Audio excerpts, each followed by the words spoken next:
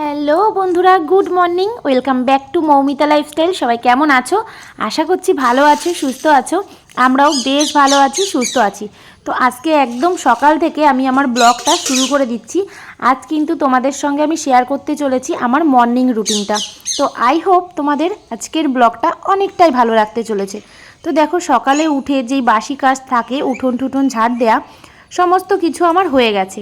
তারপর স্নানও করে নিয়েছি। স্নান টান করে চলে এসেছিলাম তুলসী পিঁড়িটা পরিষ্কার করতে। তো তুলসী পিঁড়িটা পরিষ্কার করে চলে এসেছি দোকানের সামনেটা জল দিতে, কারণ সারাটা রাত্রির ফাঁকা থাকে, অনেক নোংরা টোংরা থাকে, সেই জন্য।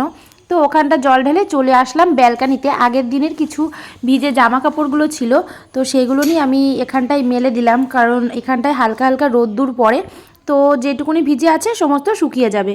তো আমি যখন স্নান করেছি, মেয়েকেও তার কিছুক্ষণ পর স্নান করিয়ে দিয়েছিলাম, ব্রাশ ট্রাশ করিয়ে ওকে একেবারে স্নানটা করিয়ে দিয়েছিলাম সকাল সকালই, যেহেতু ঠান্ডার সময় সকাল সকাল স্নান করাটাই ভালো। তো দেখো, তারপর ওকে একটু ক্রিম ট্রিম মাখিয়ে দিচ্ছি।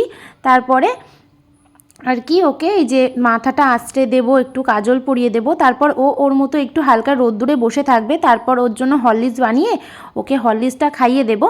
তারপর আর কি ওকে একটু নিয়ে বই নিয়ে বসাবো। বইটা নিয়ে না বসায় তাহলে নিজে থেকে তো আর বই নিয়ে বসবে না, কারণ এখন ছেলে মানুষ, খেলাধুলার সময়, তো ওর মনটা সবসময় খেলনাবাটির দিকেই পড়ে থাকে।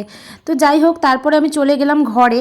তো দেখো, এই যে ঘরে এসেই না উপরে যে জানলা টালনাগুলো এগুলো একটু ঝেড়ে ঠেড়ে নিচ্ছি, বিছনার চাদরটা চেঞ্জ করব বলে। আগের যেই বিছনার চাদরটা ছিল সেটা আমি আর কি উঠিয়ে নিয়েছি।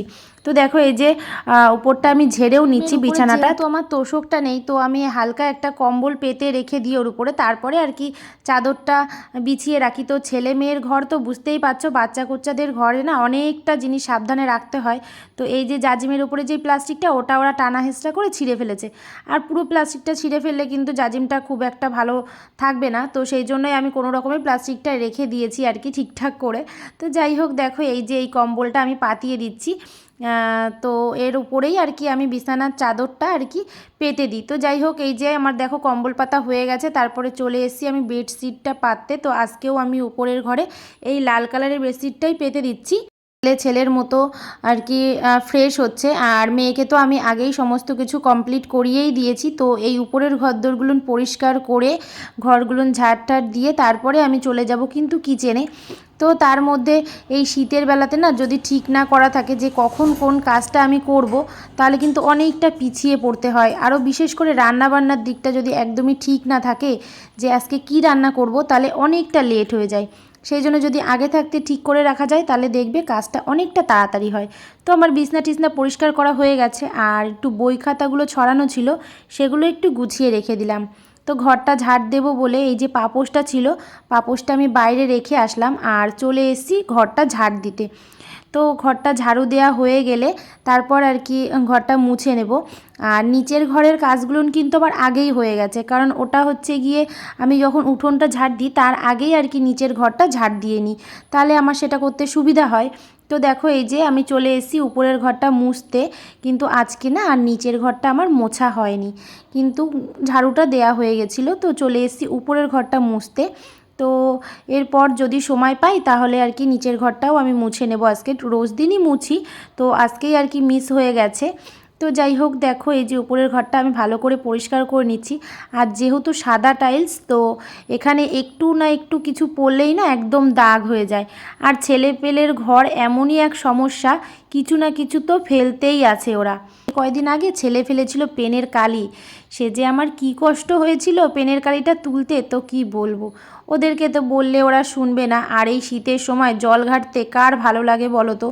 তো দেখো বন্ধুরা, এখন আমি চলে এসেছি কিচেনে। তো রান্না করতে এখন সকালবেলা যেহেতু, তো সকালে বসাবো চা, আর ওদিকটায় বসাবো হচ্ছে ডিম সিদ্ধ। আর বাইরের যত কাজ ছিল সেসব আমার হয়ে গেছে, এখন শুধু রান্নাঘরের কাজ বাজ বাকি। মানে রান্না বান্না করব, সকালে টিফিন করব, তারপরে রান্না বান্না করব। আর সকালে টিফিন বলতে আজকে কিন্তু তেমন কিছুই হবে না, আজকে যেহেতু ওই বাউলি ঠাউলি ছেলেমেয়েরা খেয়ে নেবে। আর ডিম সিদ্ধ করব, আর এদিকে চা বসাবো। তো চলো আগে চাটা, দেখো মেয়েকে হরলিক্স বানিয়ে দেবো, তো সেই জন্যই জল দিয়ে দিলাম, আর আমি একটু চা খাবো। তো চা আর হরলিক্স একবারই জলটা দিয়ে দিচ্ছি, ছেলে হরলিক্স খাবে না। তো দেখো ওদিকে জল নামিয়ে নিয়েছি, আমি একটু গরম জল খাবো আর মেয়েকে হরলিক্স দেবো। তো তো সেই জন্য এই যে জল নামিয়ে নিয়েছি, আর এদিকে চায়ের মধ্যে দিয়ে দিলাম চিনি। লিকার চা করবো আজকে, আজকে দুধ দিয়ে চা খাবো না, আজকে লিকার চা করবো। তো এই যে মেয়েরটার মধ্যে হরলিক্স গুলিয়ে দিলাম, আর ওই পাশেরটা হচ্ছে গিয়ে আমার গরম জল। যেহেতু একটু লেট আছে তো সেই জন্যই আর কি গরম জল আর চাটা একসাথেই নিয়ে নিচ্ছি। আর এই যে এখানে নিয়ে নিচ্ছি লিকার চা। এখন এই লিকার চাটা খাবো আর গরম জলটা। আর এদিকে এই যে ডিম সিদ্ধ হচ্ছে, 3 জনের 3টে ডিম। তোমাদের দাদা ভাই তো এখন বাড়িতে নেই, ছেলে মেয়ে আর আমি খাবো হচ্ছে। আর এদিকে চা আর এই যে হরলিক্স এগুলো নিয়ে যাচ্ছি খাওয়ার জন্য। এখন হচ্ছে গিয়ে ব্যালকানিতে আর কি বসে খাওয়া হবে।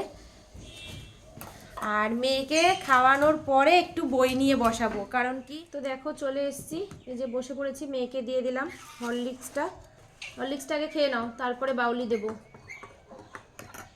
সামনে গিয়ে এসে বসো, বসো বসো, হরলিক্সটা খেয়ে নাও।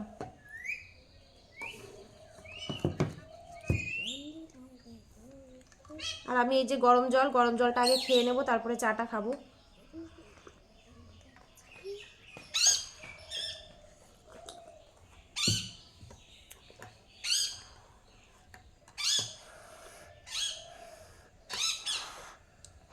শীতের সকালটা এমনই না, দৌড়তে দৌড়তে সময়টা চলে যায়, মানে সময়কে আর ধরে রাখতে পারি না, এমন অবস্থা। সকালবেলা মনে মনে ভেবে রাখি যে এটার পর ওটা করব, ওটার পর ওটা করব, তবুও কিন্তু টাইমটা ঠিকঠাক মানে ঠিক এদিক ওদিক হয়ে যায়। আর আজকে সকাল সকালই স্নান করে নিয়েছি একবারে, মানে বাসি কাজবাজ সেরে স্নানটাও করে নিয়েছি। আর মেয়েকে যখন ব্রাশ করিয়েছি তখন গরম জল করছিলাম স্নান করার জন্য, তো ওকেও বললাম আই ভাবি তোকে স্নান করিয়ে দিতে, ওকেও স্নান করিয়ে দিয়েছি। ওরও স্নান টান কমপ্লিট, মানে তার মানে সকাল সকাল আজকে স্নান টান কমপ্লিট। এখন বাজে হচ্ছে 8:30 মতো, তো সমস্ত কিছু কমপ্লিট হয়ে গেছে। আর ওই যে ওদিকে হরলিক্স খাচ্ছে, আমি এইগুলো খেয়ে আর কি ডিম সিদ্ধটা ওখানে বসানো রয়েছে, ডিম সিদ্ধর গ্যাসটা আর কি বন্ধ করে আসবো, এসে ওকে একটু বই আসতে পারবা। হ্যাঁ একটুকুনি তুমি খেয়ে নাও, চকলেটটুকুনি খেয়ে পিকুরে দিয়ে আসো। আর এটা তোমার জন্য থাকো, তুমি এসে খেয়ে নিও, ঠিক আছে? আস্তে আস্তে যাও। পিকু পিকু পিকু, দেখ কি সুন্দর ডাকছে পিকু। তোমরা কি শুনতে পাচ্ছ কিনা জানি না, কি সুন্দর ডাকছে আমাদের পিকু।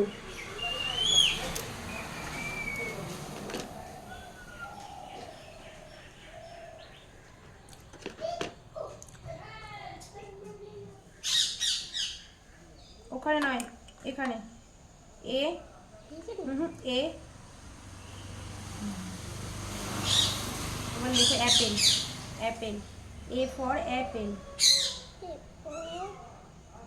ওহো অ্যাপেলের ছবি আঁকলে, আমি অ্যাপেলের ছবি আঁকতে বললাম। অ্যাপেল লেখো, A P P L E, Apple লেখো। ছবি এঁকেছো তো, ছবির পাশে এবার লেখো অ্যাপেল, লেখো এ।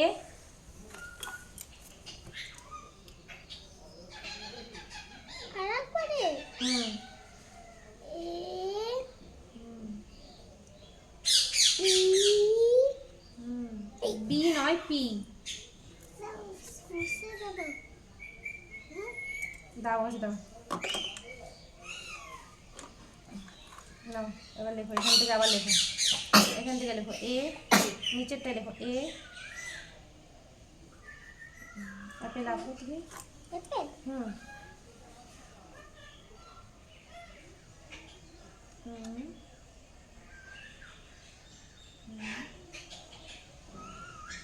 ঠিক আছে। এবার এ ফর অ্যাপেল, অ্যাপেল লেখো, এ পি পি। তো ওদিকে মেয়েকে পড়িয়ে আবারও চলে এসেছি কিচেনে। এদিকে ডিম সিদ্ধটা হয়ে গেছে, আর এর মধ্যে না ঠান্ডা জল দিয়ে দিলাম, ডিমটা যাতে একটু মানে ছাড়াতে সুবিধা হয়, তো সেই জন্য তো ডিম ছাড়িয়ে নেব। 2টো ডিম ছাড়াবো এখন আমার আর মেয়ের জন্য, আর ছেলেকে পরে দেব, কারণ ওর উঠতে উঠতেই অনেকটা বেলা হয়ে যায়, ঠিক আছে? তো উঠেছে, ব্রাশ ট্রাশ করছে তারপর, তো এখন তো প্রায় 9টা বাজতেই চায়। তো রান্নাও বসিয়ে দেবো। এদিকে চলে এসেছি আমি ডিমটা ছাড়াতে। তো এই যে 2 পিস ডিম ছাড়িয়ে নেব, আর ছেলে আসলে ছেলেরটা পরে আর কি ছাড়িয়ে দিয়ে দেবো। আর তোমাদের দাদা ভাই ওদিকে 10টা থেকে 10:30টার মধ্যে খেতে আসবে সকালবেলাতে। তো ভাতটাও বসাতে হবে। এদিকে পালং শাক নিয়ে এসেছিলো, মাছ আছে, তো আর পেঁপে টেপে সিদ্ধ দিয়ে দেব, কারণ কি ও একটু সিদ্ধ খেতে বেশি ভালোবাসে, কিন্তু আলুটা অতটা পছন্দ করে না। তো যাই হোক, দেখো এই যে ডিমগুলো ছাড়িয়ে নিচ্ছি, আর ওদিকে ডিম টিমটা খাওয়া হয়ে গেলে আমি কিন্তু আবার ভাতটাও বসিয়ে দেব, নয়তো আবার লেট হয়ে যাবে, প্রায় 9টা বাজতেই গেছে। তো দেখো এই যে ডিমের মধ্যে একটু লবণ দিয়ে দিচ্ছি। ভেবেছিলাম একটু গোলমরিচ দেব, কিন্তু যেহেতু মেয়ে খাবে আমার সাথে, ওই জন্য আর গোলমরিচটা দিলাম না। আমার কিন্তু গোলমরিচ দিয়ে খেতে ভালোই লাগে। তো দেখো এই যে ব্যালকানিতে চলে এসেছি। তো ওকে তো পড়িয়ে ঠরিয়ে চলে গেছিলাম, তারপরে এই যে এখন চলে এসেছি, একটু মোবাইলটা ঘাটাঘাটি করছি আর কি। আর হচ্ছে এই যে ডিম নিয়ে চলে এসেছি মেয়েকে একটু খাইয়ে দেবো বলে, কারণ ও যদি একা খেতে চায় তাহলে ওই কুসুমটা না বাদ দিয়ে দেবে। তো আমি আর কি অনেক বলে কয়ে ওকে কুসুমটা খাওয়ানোর চেষ্টা করি। আর ও বা আমার ছেলে, মানে আমার মেয়ে বা ছেলে, কেউ কুসুম খায় না। ওই লাস্টে গিয়ে সমস্ত কুসুমগুলো হয় আমাকে খেতে হবে, নয়তো ফেলে দিতে হবে। তো যাই হোক, ওই জন্যে আমি বললাম কি কুসুম খাওয়া অনেক ভালো, তুমি হাত ছড়াও, আমি খাইয়ে দিচ্ছি। তো ওই জন্য বলে বলে আর কি ওকে আমি খাইয়ে দিচ্ছি। ওর চলে এলাম রান্নাঘরে ভাত বসাতে। তো দেখো এই যে ভাতের জলটা আমার গরম হয়ে গেছিলো, আমি চালটা দিয়ে দিলাম। পালং শাকের তরকারি, তো সেই জন্য দেখো কড়াইতে তেল দিয়ে দিয়েছি।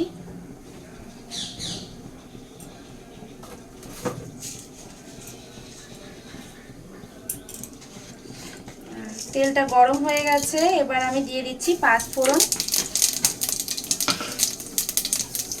আমি সিম আর আলু দিয়েই করব আজকে পালং শাকের তরকারিটা। সিম আর আলু কেটে ধুয়ে রেখে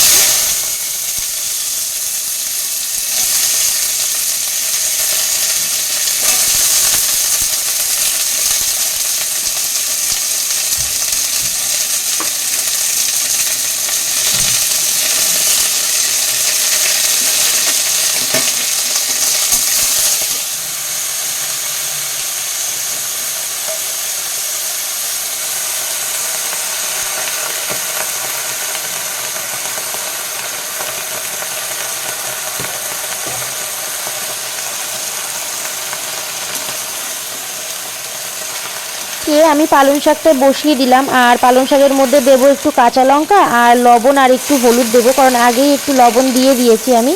তো ভাতটাও আমার প্রায় ফুটে গেছে, মানে ভাতটা কিন্তু প্রায় আমার হয়েও গেছে। ভাতটা আমি নামিয়ে নেব, নামিয়ে উবুর দিয়ে দেবো। তারপর এদিকে শাকটা হতে হতে আমি ওদিকে মাছ নিয়ে এসছে, ওই মাছটা আর কি ধুয়ে নেব, কারণ মাছটা ধুয়ে লবণ হলুদ দিয়ে রেখে দেবো।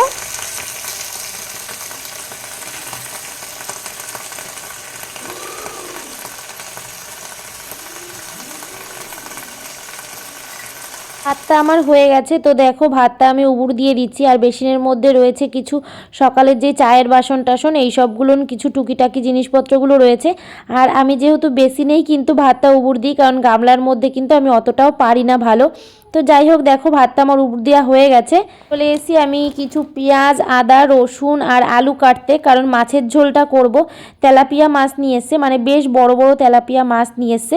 আর তোমাদের দাদাভাই কিন্তু মাছ না বাজার থেকে কেটেই নিয়ে আসে, কারণ আমি অত ভালো মাছটা কাটতে পারি না, একটু সমস্যা হয়। আর এই শীতের সময় বুঝতেই পারছো, মাছ কাটতে গেলে কিন্তু অনেকটা সময় লেগে যায়। তো যাই হোক, আমি ওই জন্য আর কি একটু বেশি তাড়াতাড়ি হয়ে যায়, কারণ মাছটা কাটতে গেলে কিন্তু অনেকটা সময় লেগে যায়। তো আমি এখানে পেঁয়াজ আর রসুনটা ছুলে নিচ্ছি, আর 3টে আলু নিয়েছি, কারণ আলুগুলো বেশ একটু বড় বড় করেই আর কি মাছের ঝোলটা করব একটু মশলা দিয়ে।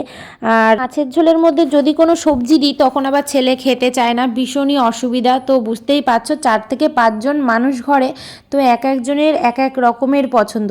আমার শ্বশুরের আবার যেহেতু সুগার, সে তো আবার আলু খায় না, তো তার জন্য আবার আলাদা ধরো মাছ, মানে শুধু মাছ দিয়ে ঝোল দিয়ে সে খায়। তো আলু তাকে আবার দেয়া যায় না। তোমাদের দাদাভাইও আবার আলুটা ততটা পছন্দ করে না। আলু খাওয়ার মধ্যে আমি, ছেলে আর আমার মেয়ে, এই হচ্ছে আলু খাওয়ার লোক। তবুও কিন্তু আমাদের প্রায় কেজির কাছে আলু লাগে। তোমাদের দাদাভাই আমাকে বলে কি, বাবা এত আলু কি করে খাও তোমরা? আমি বলি কি, আমাদের একটু আলু খেতেই তো ভালো লাগে, সেই জন্যই খাই। আর ও বলে আলুর বদলে পেঁপে খেতে। গরম হয়ে গেছে তেলটা, মাছগুলো আমি ভেজে নিচ্ছি।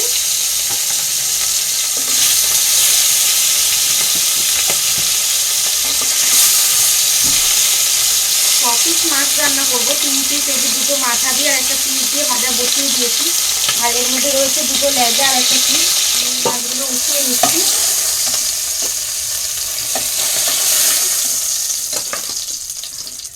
মাছ ভাজার যে তেল ছিল তার মধ্যেই দিয়ে দিয়েছিলাম জিরে, আর দিয়েছিলাম একটা শুকনো লঙ্কা, আর যে আলুগুলো ছিল ওই আলুগুলো দিয়ে দিলাম। তো আলুটা দেওয়ার পরে আমি অল্প একটু লবণ আর হলুদ দিয়ে আলুটা ভালো করে ভাজা করে নেব, কারণ আলুটা একটু ভালো করে ভাজা করে নিলে না আলুর টেস্টটা আর একটু বেশি ভালো হয়। তো দেখো এই যে আমি একটু হলুদ দিয়ে দিচ্ছি আর দিয়ে দেবো একটুখানি লবণ। আর ভেজে নিয়েছি, এবার এর মধ্যে আমি মশলাটা দিয়ে দিচ্ছি। আদা পেঁয়াজ রসুন পেস্ট করে রেখে দিয়ে দিয়েছিলাম, আর একটু টমেটো দিয়েছিলাম অর্ধেক মতো। সেই মশলাটাই আমি আর কি এর মধ্যে দিয়ে দিচ্ছি, দিয়ে ভালো করে কষিয়ে নেব। শীতের বেলা দেখতে দেখতেই চলে যায়। যদি হাতের কাছে কাজগুলো গোছানো থাকে তাহলে কিন্তু অনেকটা তাড়াতাড়ি কাজগুলো করে নেওয়া যায়। যদি আগে থাকতে ভেবে নেওয়া যায় যে আজকে কী কী করবো বা কী রান্না করবো, তখন কিন্তু দেখবে কাজটা অনেক ইজি হয়ে যায়। আর যদি কাজ গোছানো না থাকে, কী রান্না করবো সেটা ঠিক না থাকে, তাহলে কিন্তু আর কাজটা তাড়াতাড়ি হয় না, তখন অনেকটা লেট হয়ে যায়। তো দেখো এই যে ঝোলটা আমার ফুটছে, মানে রান্নাটা কিন্তু আমার কমপ্লিট হয়ে গেছে। আর হচ্ছে গিয়ে রান্নাঘরটাও প্রায় আমার পরিষ্কার করা হয়ে গেছে, একদিকে রান্না আর একদিকে কিচেন পরিষ্কারও হয়ে গেছে। রান্না করে চলে এসেছিলাম বাসনগুলো মাজতে।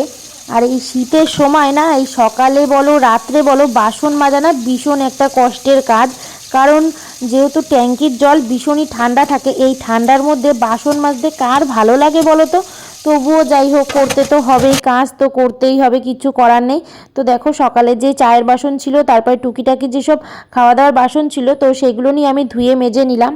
তো এই যে এখানে মেজে আমি উবুর করে রেখে দিচ্ছি। আর যেহেতু সমস্ত কাজবাজি আমার হয়ে গেছে রান্নাঘরের, তো আমি এখন আর কি বেসিনটাও ভালো করে মেজে নেব। কারণ বেসিনটা মেজে পরিষ্কার করে না রাখলে বেসিনের মধ্যেই তো সমস্ত কাজ করতে হয়। তো যতবার আর কি বাসনটা মাজা হয়ে যায়, তো তখনই একটু বেসিনটা ওই হাতেই আর কি ডলে নিই, আর কি পরিষ্কারটা করে নিই। তো দেখতেই পাচ্ছ এই যে বেসিন টেসিন মুছা হয়ে যাচ্ছে আমার। আর সকাল থেকে এখন বাজে কটা বলো তো, এখন বাজে 10টা 30। তো 10টা 30 পর্যন্ত আমি আমার সমস্ত কাজবাজ আর কি কমপ্লিট করে ফেলেছি। এখন আর কি একটুখানি রিল্যাক্সের সময়টা পাবো। যাই হোক, যেইটুকুনি সময় পাবো সেইটুকুনি আর কি, যেহেতু আমার দোকান আছে, দোকানের দিকে আমার কিন্তু সময়টা চলে যাবে। কারণ দোকানে কাস্টমাররা আসে, দোকানে একটু গোছানো গাছানো থাকে। তো দেখো এই যে আমি চলে এসেছি এখন একটু মাথাটা আঁচড়াতে, কারণ সকালবেলাতে না আমি তেমনভাবে সময়টা পাইনি। কারণ যেহেতু অনেকটা কাজ থাকে, তো ওই ব্যস্ততার মধ্যে তখন আর মনে হয় না যে মাথাটাতে আঁচড়াই বা ঠিকঠাক হয়ে থাকি। তো যেহেতু কাজবাজ হয়ে গেছে, এখন বাজে 10:30। তো এখন একটু ফ্রেশ ট্রেশ হয়ে তারপরে চলে যাব দোকানের দিকে। দোকানে কিছুক্ষণ বসবো, দোকানটা পরিষ্কার টরিষ্কার করা থাকে, দোকানে কাস্টমাররা থাকে। কিন্তু প্রায় বাজে 10টা। তো এখন থেকে আমার ভিডিওটা কিন্তু এখন আমি শেষ করে দিচ্ছি। আমার সারাদিনের রুটিন তোমাদেরকে দেখালাম। তো তোমরাই বলো যে আজকের ভিডিওটা কেমন হয়েছে, প্লিজ একটা লাইক কমেন্ট করে জানিয়ে দিও। তো আজকের ভিডিওটা আমি এখানেই শেষ করছি, চলে আসবো নতুন একটা। বাই।